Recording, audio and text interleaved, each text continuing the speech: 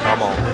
Je m'appelle Eric Fleuny, je suis photographe, je suis né en Finlande il y a une quarantaine d'années. Les travaux qui sont présentés ici au Café Photo ce soir sont deux travaux réalisés à des périodes différentes sur le village de mes grands-parents en Finlande.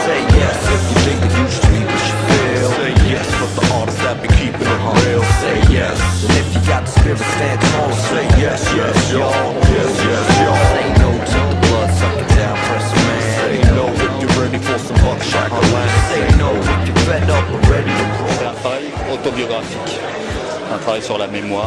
C'est-à-dire que je suis né en Finlande. Le lieu photographié est le village de mes grands-parents, où maintenant habitent mes parents, et dans lequel j'ai passé toutes mes vacances en étant enfant. Donc il est chargé de mémoire, il est chargé de souvenirs, et il fait partie de ma vie. C'est surtout un travail sur le lieu. C'est-à-dire que ce travail qui est derrière moi a été réalisé il y a 4 ans, et c'est le 6e travail que je réalise sur ce village. Et ce que j'avais voulu faire, c'était parler des gens, du coup c'est ma famille, les représenter, les inscrire dans le lieu. Ce travail, il est, donc, comme je disais, autobiographique, il est sur la mémoire, et il est comme une thérapie. Donc, chaque fois que je me rends là-bas, ce village s'appelle Niinima, j'ai besoin de produire. Et à chaque fois que je retourne et que mes séries sont terminées, j'essaie de représenter le village, les gens qui y habitent. Alors du coup là, comme il n'y a pas grand monde qui habite, c'est plutôt ça tourne autour de ma famille. Et c'est de les inscrire dans ce lieu. Alors ici on est sur une représentation plus figurative par rapport à la partie qui est de l'autre côté. Et c'est leur rendre honneur. Mon frère a passé beaucoup de temps là-bas. Il a vécu là-bas.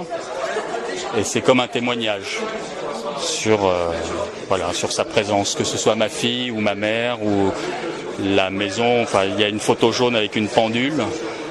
C'est le lieu avec un grand L.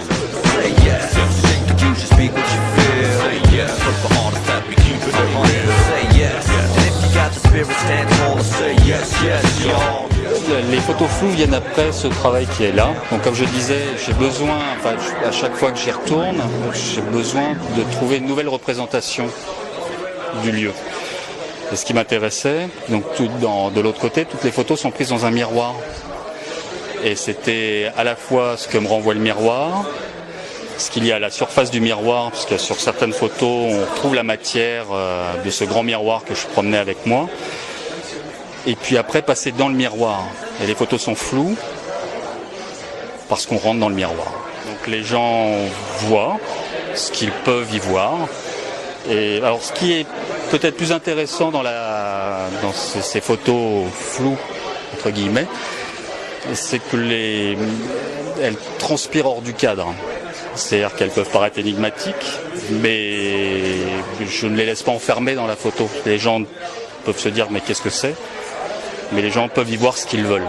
Et mon propos c'est ça, c'est-à-dire que moi je raconte, c'est pas une histoire, je raconte un morceau de ma vie et je laisse aux gens le soin de se faire leur morceau de vie à eux.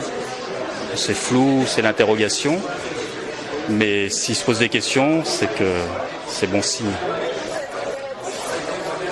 Je continue, j'ai pas fini ma thérapie.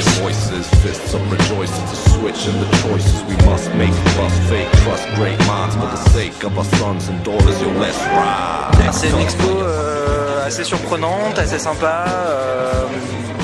Il y a vraiment deux univers différents, deux techniques différentes et il y a un côté assez flou qui est plus subtil, plus à imaginer les détails, avec des paysages pas mal, etc. Et l'autre partie qui est plutôt assez bien réfléchie aussi, plutôt équilibrée, des photos vraiment très calmes, assez reposant en fait, c'est assez agréable à regarder.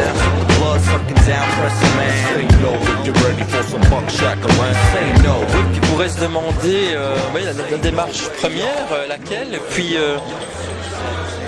deviner ce qui se passe derrière tous ces lueurs, ces flous, c'est l'inconnu. Donc, une démarche intéressante de l'artiste, probablement. Éclectique et mystérieuse.